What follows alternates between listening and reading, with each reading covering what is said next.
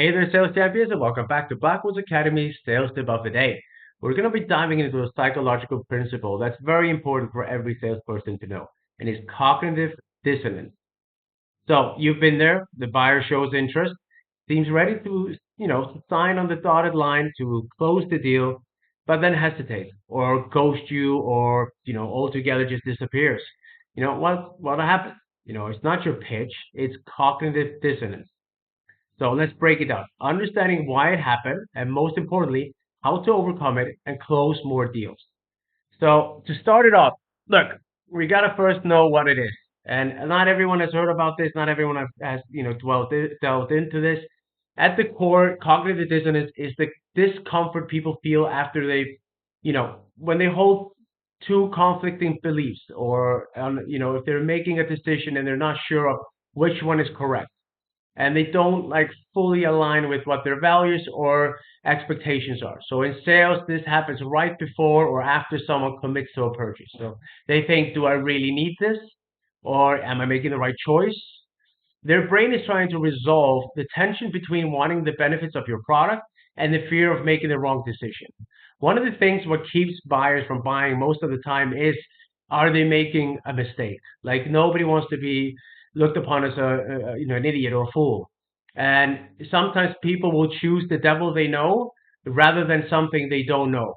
So they might, stay with their stay with the wrong job for years because they're afraid of if what if they don't get another job, or they might stay with the wrong CRM system because they're just afraid that your new system, even if it sounds good, is gonna fail or something's gonna happen, and they just don't want to have that egg on their face. Um, so, for example, like they could also be just that the prospect loves your solution but worried about the product, or they see the value but they fear the hassle, like I said, of changing what they already have. So it's not about you, and that's the key takeaway on this. It's their brain fighting to align their decision with their comfort zone. So if we look into why does this hesitation pop up even after they seem interested, even if they are into it? Well, it is what we talked about before. It's the risk aversion. People are naturally risk averse. They overestimate the potential downside of their decision and underestimate the benefit because it's the brain negativity bias. You rather be, you rather stay with what you know works than maybe take a risk, even if the benefits are better, but you're gonna look like an idiot because you changed it. It's also the sunken cost fallacy, and this is for investment in other places. They're tied to their current solution. They've been using it. They've invested time into it and effort, so they don't want to walk away from it. They feel like they're losing something. And also, like we talked about, before, the fear of judgment. They worry about how the decision will be perceived by others, by their colleagues, their bosses, or even themselves. So, you can think about, like we talked about before, the CRM system. You're selling it to them. The prospect already agrees that it's better than what they have right now. But the fear is that they've already spent time. There's going to be, onboarding and training in the new system, and their hesitation isn't about the product, it's about the perceived effort and risk that comes with it. So now that we know what's happening and how can we resolve this? Well, your goal is to help align their decisions with confidence, not with their regret. So again, something we talked about in other videos, use social proof. Highlight testimonials, case studies, success stories. The example is I recently worked with a company just like you. They had similar concerns, but they saw a 30% boost in productivity within 60 days, whatever it is.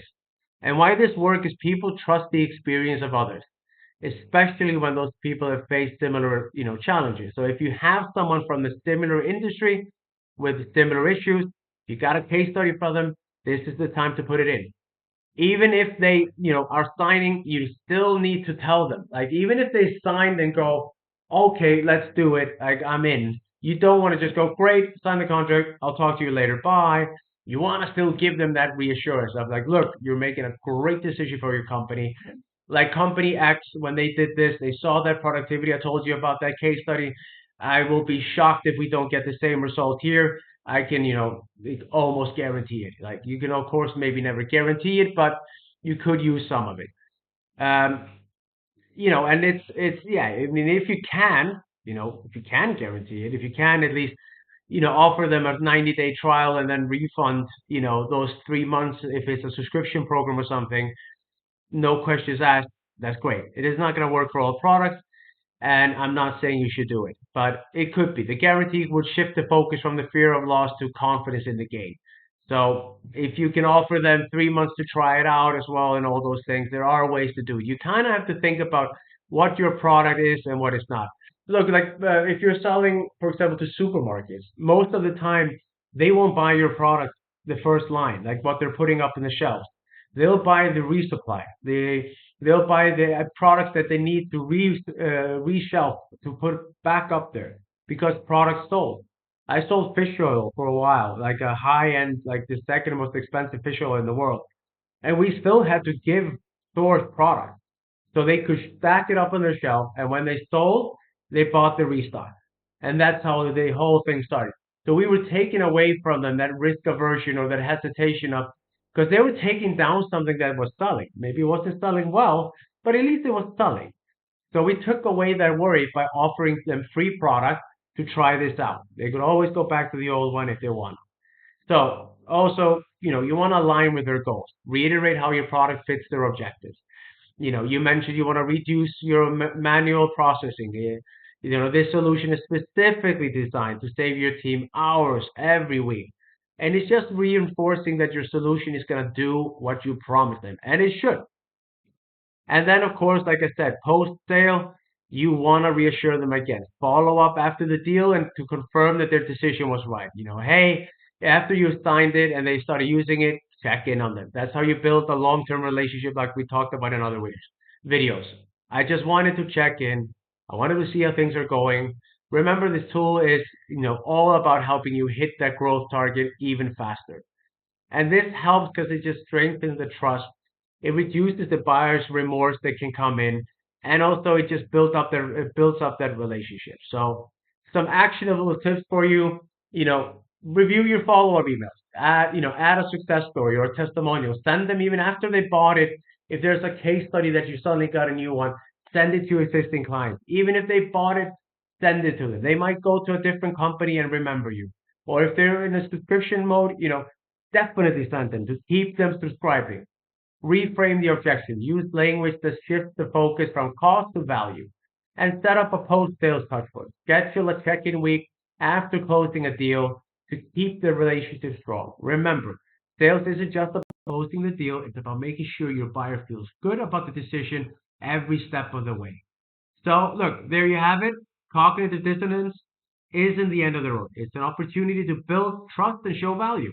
By addressing buyer's hesitation with psychologically backed strategies, you'll not only close more deals, but also create a loyal and satisfied client. And look, I wish you a happy new year. And if you found this helpful, hit the like button, subscribe for some more daily sales tips, and check out my Udemy course. And the link is in the channel bio. I thank you for watching, and I'll see you guys tomorrow for another helpful tip. Thank you so much.